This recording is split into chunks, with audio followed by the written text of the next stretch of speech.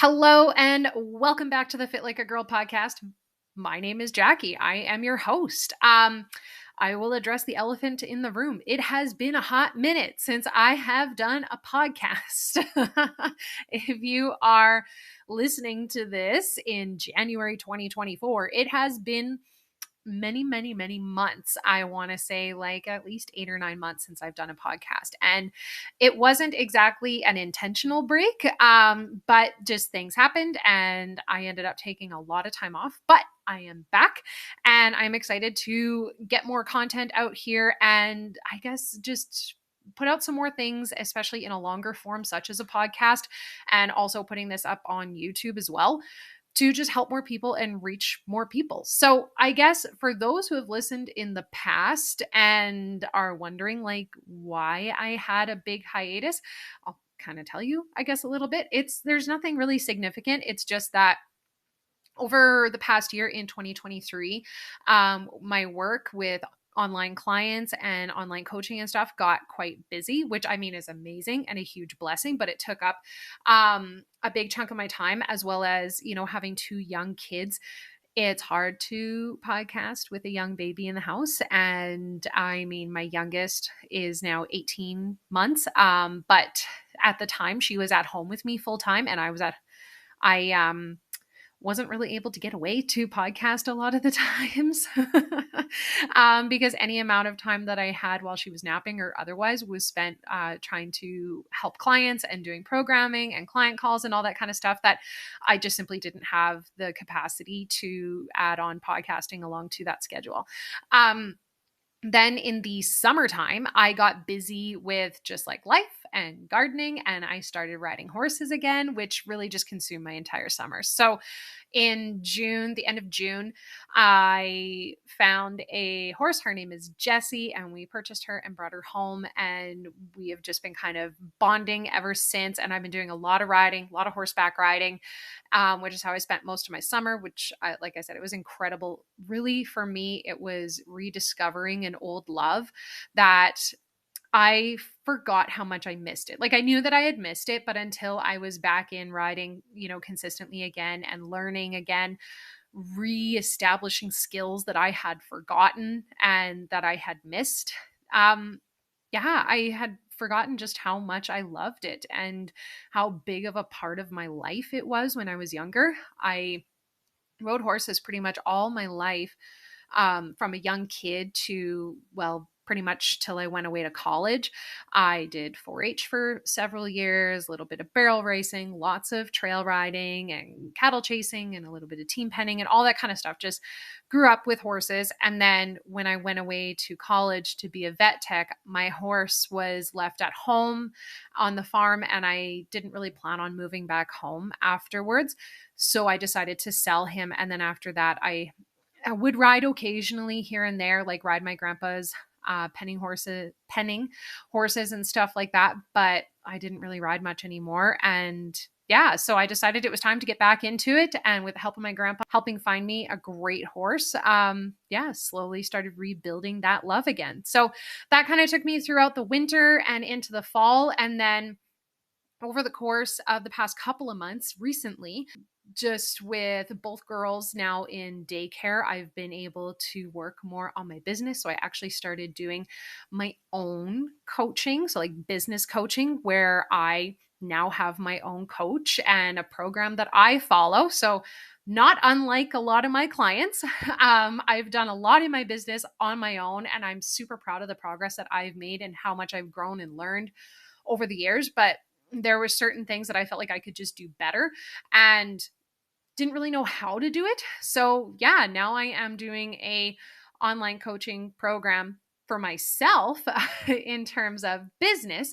And I decided that it's probably high time that I just, rip the Band-Aid off and just get back on the podcast wagon. So that takes us to today, January 2024. Nearly a year later, I have decided to return to the podcast. So there's a life update that you've been looking for and waiting on the edge of your seat for. And a lot of you guys follow me on Instagram, so you know like kind of what I've been doing over the past year. But yeah, just for anybody who doesn't follow me on Instagram, I'll post the my Instagram in the show notes. But that's kind of where I've been at for the last 9 months. So, with it being early January, and with that in mind, a lot of people are working on their goals for the year. And health and fitness goals, not even necessarily weight loss goals, but just health and wellness is usually a hot topic this time of year, as a lot of people are wanting to work on those types of goals for the year. And so, what I thought that I would talk about today, and I might not get through the whole thing today, but a little while ago, or about this time last year, I posted a post on Instagram that was just basically like 20 tips for if you're starting out on your journey, like a compilation of here are some of the best things that you can do, or the best tips that I can give you as a personal trainer when you're going about your journey, and how you can get the best results possible. So I figured I'll go through them each one by one, number 1 through 20. I might not get through all of them today, but if I can get through the first 10 today, then maybe I'll do a part 2 next week. We'll kind of see how much time I have and how much I ramble on. Let's be totally honest. Okay, let's get into it. 20 tips for your health and fitness and wellness or weight loss goals for the year. Basically, a compilation of the best tips that I can give you for your goals. Number 1, you are likely overestimating what you can do in 4 weeks and underestimating what you can do in a year. What I mean by this is a lot of people start out really strong in the year. They are going to do everything under the sun. They're going to lose 10 pounds. They're going to cut carbs, do cardio, add in 6-day-a-week workouts. They're going to journal every day, meditate every day, do yoga every day, cardio 6 days a week. Like, they are going to do everything in 4 weeks. And they set this up for themselves like they're going to lose a whole bunch of weight and do all these things and transform their fucking life in 4 weeks. And oftentimes, they are left after those 4 weeks disappointed because they tried to go too hard, too fast, and they burnt out really quick. However, though, a lot of people underestimate what they can achieve in a year. And this applies to business, this applies to weight loss goals, this applies to basically any goal. That if you set yourself a longer term goal or give yourself a longer period of time to achieve a goal, you'll actually be really surprised as to the progress and things like that that you can make in a year in comparison to a short-term goal like 4 weeks. So yeah, in 4 weeks, you might not lose 10 pounds. But if you go slow and steady and you lose half a pound to a pound a week, let's say 1 pound a week for a whole year, you could lose upwards of close to 50 pounds in a year. That's life-changing. Like, that can be life-changing for somebody. And, or say, for example, you want to do 6 days a week and you'll probably burn out in 3 weeks. Then you'll be left by the end of that month feeling disappointed. But if you do workouts 3 days a week, every single week for 52 consecutive weeks, the amount of strength gains, your consistency, the progress that you will make in that time is unbelievable. So don't feel like you have to change the world in 4 weeks. Slow and steady wins the race. Tackle one small thing at a time. Start small, and then you can build from there. I would much rather see people do a little bit less consistently, then they'll get farther ahead than if they try to crush doing everything all at once and then they get overwhelmed and quit. Number 2, you don't have to have a weight loss goal. You don't. Just putting it out there. A lot of people, especially this time of year, they feel like they have to lose weight. But weight loss doesn't have to be one of your goals, especially if it's something that stresses you out, makes you feel anxious or upset, or also it's just not something that makes you excited, or you've tried losing weight and tried losing weight and tried losing weight, and every time you feel like you're just left disappointed, maybe it's time to switch gears and try a different goal. And a lot of people, like I said, this time of year, everybody's talking about weight loss. Everybody's talking about lose weight, lose your holiday weight. You don't have to have those goals. Your goals don't have to pertain to weight loss, doesn't have to pertain to a number on the scale, losing inches, whatever it can be. The goals that I actually love the most are performance-related goals. Maybe you want to run a marathon. Maybe you just want to be able to go up a flight of stairs without feeling like you're exhausted. Maybe you want to deadlift your husband's body weight. Maybe you just want to stay consistent and just look after your health. Maybe you want to lower your blood pressure. All of those things are amazing, trackable, and tangible goals that have nothing to do with your body size. So, if the thought of trying to lose weight, or if the thought of trying to, calorie deficit on the scale and that kind of thing is not what you want to do, that's perfectly okay. You can still set yourself amazing goals and go after them and absolutely crush them. Number 3, I will beat this drum to the day I die. Focus on consistency, not perfection. Imperfect consistency trumps perfect inconsistency any day of the week. So, like I said, I'll beat this one till the day I die. You need to just be consistent. You don't need to be perfect. Like I mentioned in number 1, I would much, much rather you do 3 workouts a week, every single week, just beating that consistency drum over and over and over again for a solid year, than try to do 6 days a week for 3 weeks, get stressed, fall off the wagon, quit for 3 weeks, go back to doing 6 days a week for 3 weeks, get stressed, fall off the wagon for 3 weeks, rinse and repeat. That kind of like, I have to be perfect, I have to be perfect, I have to be perfect is the biggest bullshit that I have ever heard of in my entire life. And you do not need to do that. And it oftentimes leads us feeling stressed, and it leads you to feeling disappointed when you're not. And then it also perpetuates that all or nothing, I have to be perfect or I might as well not even try, which again is the biggest bullshit I've ever heard of. Consistency over perfection every single time. End of story. I don't feel like I need to elaborate any further on that one. Number 4, get your sleep in order. It matters way more than you think. I cannot stress the amount of people who come to me feeling like they need to, they'll tell me, I have no energy, I'm tired, I'm miserable, I, feel like I have a broken metabolism, I feel like I have thyroid problems, I feel like I have adrenal fatigue and all of these other buzzwords, I have metal toxicity and all that bullshit that people talk about on social media. And one of the first things I'll ask them is, what's your sleep like? And oftentimes it's like, I get maybe 3 hours of sleep a night. I usually scroll TikTok till 2 a.m. and then I wake up at 7. I'll stay up binging Netflix till way too late and then I am exhausted the next day. Number 1 is get your fucking sleep in order. If this is you, and it's within your control. I understand, believe me, as a mom of 2 kids, sometimes the sleep just ain't happening no matter what I do. And that is okay. There's things that are outside of your control. Same thing with shift workers where you have an ever-changing schedule and your nights and days and whatever.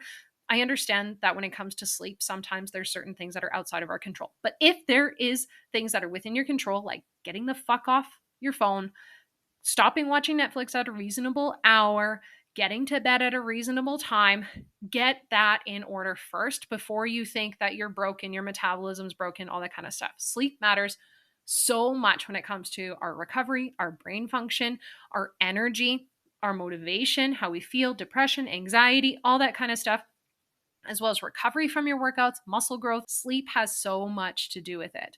And oftentimes when we are not sleeping well, you won't have the energy to want to work out. You won't have the energy or the mental capacity to want to make good decisions when it comes to your nutrition. You're going to be more likely to skip workouts and all that kind of stuff. Get your fucking sleep in order if it is within your control. End of story. Number 5, supplements are overrated. Check your nutrition first. When it comes to supplements, a lot of people love to jump to supplements first before they do anything else. And I refer to this as majoring in the minors, meaning that instead of wanting to take care of the major blocks like sleep, vegetable intake, protein intake, calorie intake, workouts, daily movement, you're trying to do the latest supplement, the cleanse, the detox, maybe I am lacking in this, maybe I need another protein powder, maybe I need to take creatine, maybe I need a fat burner, maybe I need testosterone supplements, like all that kind of bullshit doesn't fucking matter and won't do shit if your sleep, your nutrition, your workouts, your daily movement, and your water intake are not under control. Do not major in the minors. Get your major blocks moving first. So I had somebody message me yesterday, actually, in kind of pertaining to this subject. And she was asking me about, should I be drinking bone broth because I heard it was good for you? And we had a little chit chat back and forth. And, she's like just starting to work on her goals and she doesn't really know where to start. And she thought, oh, I'd start drinking bone broth. I'm like, no, I wouldn't even fucking bother, because all of your other things are not in order. Like, get your sleep in order, get your water intake up, get your vegetable intake up, get your protein intake up, start doing daily movements, maybe work in some workouts throughout the week.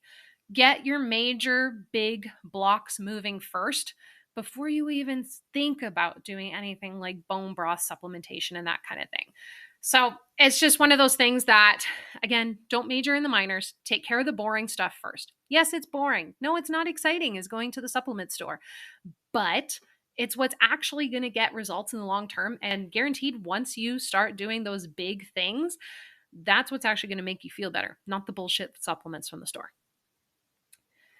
Number 6, cardio is good for your heart and lung health, but it doesn't change your body shape. And no, you don't have to run for cardio. So a lot of people, when they first start on their weight loss journey, health journey, whatever it might be, they automatically think that they have to run. Why is it that everybody thinks you have to fucking run? Like, I will have so many clients come to me and they'll tell me like, I don't like running. And I mean, that's not to say that I don't have clients who run. I have clients who run marathons, enjoy running. They're part of like a running club, all that kind of stuff. But I'll get people who are kind of like me. They don't run. And they'll say to me, I just hate running. Do I have to run? I'm like, absolutely fucking not. You don't. And you also don't need to kill yourself with cardio. A lot of times when people think that when they want to start working out, they have to run and they have to do cardio and hours of it. You don't need to do as much cardio as you think. If you can get in like 150 minutes a week, I think that's the kind of like CSEP guidelines. That's the Canadian Exercise Society Physiology, something like that. Guidelines. I should really know that, but I don't.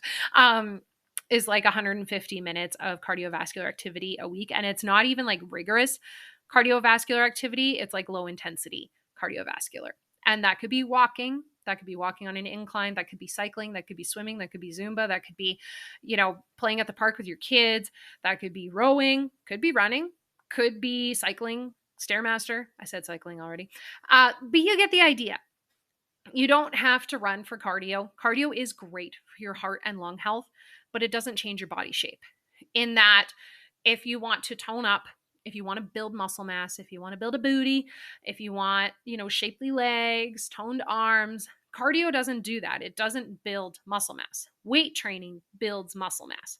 So if you want to change your body shape and how your body looks, you want to tone up, all that kind of stuff, that's when you have to hit the weights. Cardio is great, like I said, for heart and lung health. It's great for getting extra steps in. Endurance, you can set some great goals with cardio if you want to run a marathon or a 10K or whatever it might be, or you don't want to run. You can do a lot of great things with cardio, but it just doesn't change your body shape. It's not that cardio, and it's not cardio versus weight training. A lot of people think it's cardio versus weight training. You do one or the other. You do both, and they complement each other. So, hope that helps. You don't have to run. Number 7, we already talked about this in the last one, but strength training is actually what changes your body shape, tones you up and all that kind of stuff. And it helps your mobility, bone density, muscle mass, gets you stronger, and makes everyday life easier. I cannot stress enough, especially for women and especially as we get older, how important it is to maintain our muscle mass. It's one of the things that as we get older and we do less activity, our muscle mass is first to go. And as we get older, health risks then become with that. Risk of falling, risk of injury, and then not being able to recover from those injuries, as well as just your strength goes down. You won't be able to move as well. Getting on and off the floor to play with your kids or your grandkids, you'll feel like you won't be able to do as much in your life. You'll be saying no to certain activities and that kind of stuff. Like, these things really take a toll as life goes on. Yeah, when you're in your 20s and 30s, you probably don't really think about how life is actually going to be in your 40s, 50s, and 60s. But if you make changes now, it'll be A, so much easier to stick to it, and B, make your life so much easier. Not only that, as I mentioned before, if you actually want to change how your body shape is, you want to build shapely legs, you want to have a booty, you want to have more defined core, you want to have toned arms, whatever it might be. That is where strength training comes in and helps change the shape of your body. Not only that, you'll get stronger. It makes everyday life easier. I cannot tell you the things living, especially on an acreage now, and having to do more chores and all that kind of stuff, similar to when I was young, or how much easier those chores and things like that are because I weightlift and work out regularly. I cannot stress enough adding in strength training, even starting with just a couple days a week, 3 days a week, 4 days a week, is perfect to get yourself stronger, feel better, move better, build that bone density, build up your muscle mass, and as well as help change the shape of your body. Number 8, stop taking foods out of your diet. The last thing that you need is more restriction. Instead, think about what you can add into your diet. So, a lot of times when we are wanting to change our nutrition habits, the first thing that people think of is what they need to remove from their diet. I need to cut out pop. I need to cut out sugar. I need to cut out carbs. I got to cut out dairy. I got to cut out life, gluten, whatever the fuck it is. Oftentimes people just go with, I need to just eliminate things, start cutting things out. That leads to such a restrictive mindset when it comes to food, and oftentimes makes your diet and nutrition goals, number one, unattainable to stick to in the long term. And number two, it just creates that restrict binge mindset. So you're going to restrict that food. And then eventually you're going to snap because you fucking want some chips. And then you binge. And then it leads to that guilt spiral out of control. You completely fall off the wagon, having to start all over again next month, where you feel like you need to restrict even harder. So instead of trying to restrict, think about what you can add into your diet. So I'm adding in more servings of vegetables throughout the day. Maybe you're going to add in a serving of fruit or vegetable at every single meal and snack. You're just adding it in. Doesn't even necessarily have to change what you have already. I'm just adding to it. Even if I have pizza, I'm going to have an apple with it. Even if I have a chocolate bar, I can have a handful of chopped up vegetables. Something like that, where you're just adding those types of things in. You're adding more protein to your dinner. I'm having spaghetti with supper or a pasta of some sort. Instead of restricting that pasta, thinking that you have to get rid of it, let's add some protein to it to make it more satisfying. This is something that I've actually learned the phrase add in, like think about what you can add in, online from Sohi Fit. Sohi Lee Carpenter, I believe is her full name now, as well as Abby Sharp. She's a registered dietitian that I followed on TikTok and Instagram for a while now. And they both kind of have this like add to it mindset, which it's amazing. And it's really changing a lot of how I coach my clients with nutrition over the past few years now. So for example, with the add in, even if it's a food such as chips, say you have a craving for chips, I want some chips or chocolate or whatever it is. We'll say chips for this example. You're going to have your bowl of chips, but then with that, you know that you're going to feel hungry in about 20 minutes and you're just going to be running back to the cupboard, likely for more chips, and end up eating the whole bag. So instead of that, you have your portion of chips, pour it in a bowl, whatever it is. Then with those chips, you're going to think to yourself, what can I add to this? So maybe you're going to add, some chopped up vegetables, and you'll dip the chips and the vegetables in some dip. Maybe you will have a source of protein with it. Like maybe you're going to have some yogurt with it or cheese string or whatever. But just what can I add to this to make this more filling, to make this more nutritious, and to keep me full and satisfied longer? So remove the idea of restriction, restrict the restriction, and think about what you can add in to your nutrition, add into some of your favorite foods, your favorite treats, or whatever it is to help make yourself feel more satisfied and less of a restriction mindset. Number 9, the more unsustainable the methods are, the more unsustainable the results will be. So this again kind of ties back to the whole restriction mindset, going too hard, too fast. I'm going to do 6 days a week, of workouts to start out with. I'm going to cut out carbs and all of these things just because some internet dumbass told me I needed to. If these things are unsustainable for you, the methods are very restrictive, and you feel like you can't stick with it forever, any results that you get from those unsustainable methods will not stick around. They will be unsustainable. This is where I hear this all the time with people who have done stupid diets like keto or carnivore or something like that. And they'll say like, I did keto for, 3 months and I lost 30 pounds while doing it. And then I gained it all back. So I'm going to go back and do keto again because it worked last time. And it's like, well, if you have to go back on the diet, did it actually fucking work? Because to me, that seems like it didn't. And then I'll ask them, I'll have clients that come to me and they've done keto and I'll ask them, why did you quit doing it? Oh, because I missed having carbs. I just wanted a fucking potato.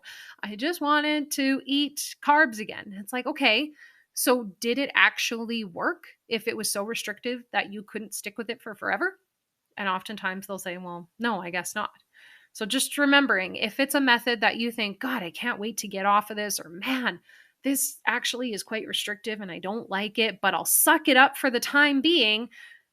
Just remember that when you go off of it, off of whatever plan it is, that likely any results that you get from that plan might not stick around. So consider that before you start a super excessive workout program or a super restrictive diet.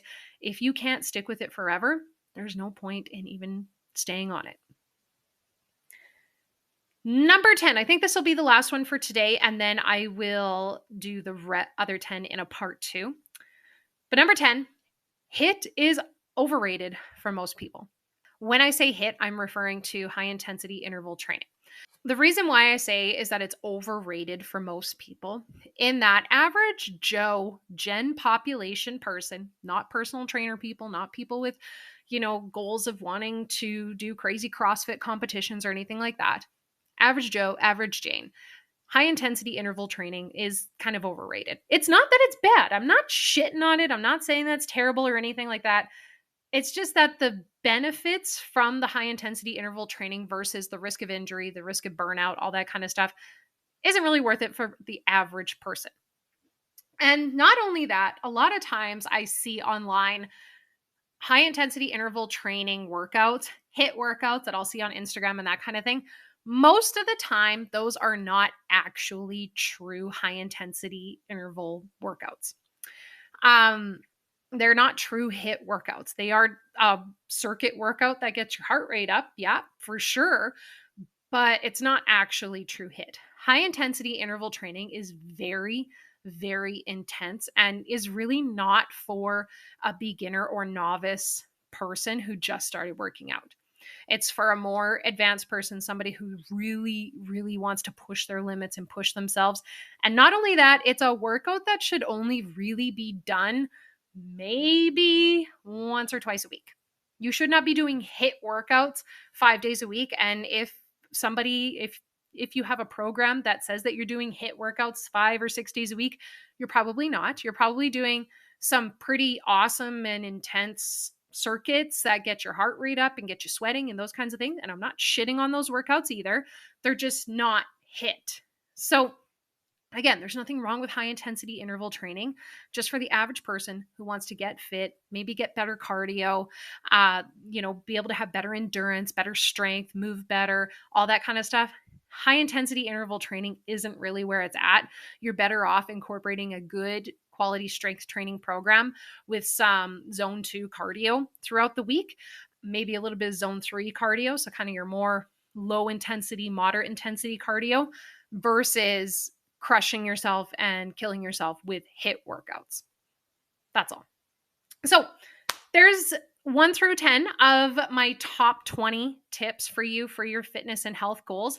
I will do the next 10 in a part 2 episode. If you like this episode, please feel free to share it, subscribe to the podcast. I do plan on hopping back on the podcast train this year and putting out more longer form content. So if you enjoyed this, definitely please feel free to subscribe. As well as if you can leave a review, a 5-star written review is amazing and really helps boost views of the podcast and that kind of thing. You can also find me on other places such as Instagram is usually the best social media to follow me on, as well as I will be posting these on YouTube. So if you haven't already, subscribe to my YouTube channel. I will post both my Instagram and my YouTube in the show notes. If you have questions about my personal training and personal training options, you can feel free to head to my website, www.fitlikeagirl.ca. And otherwise, I just want to say thanks so much for listening. I'm happy to be back on the podcast train, and I will chat with you soon.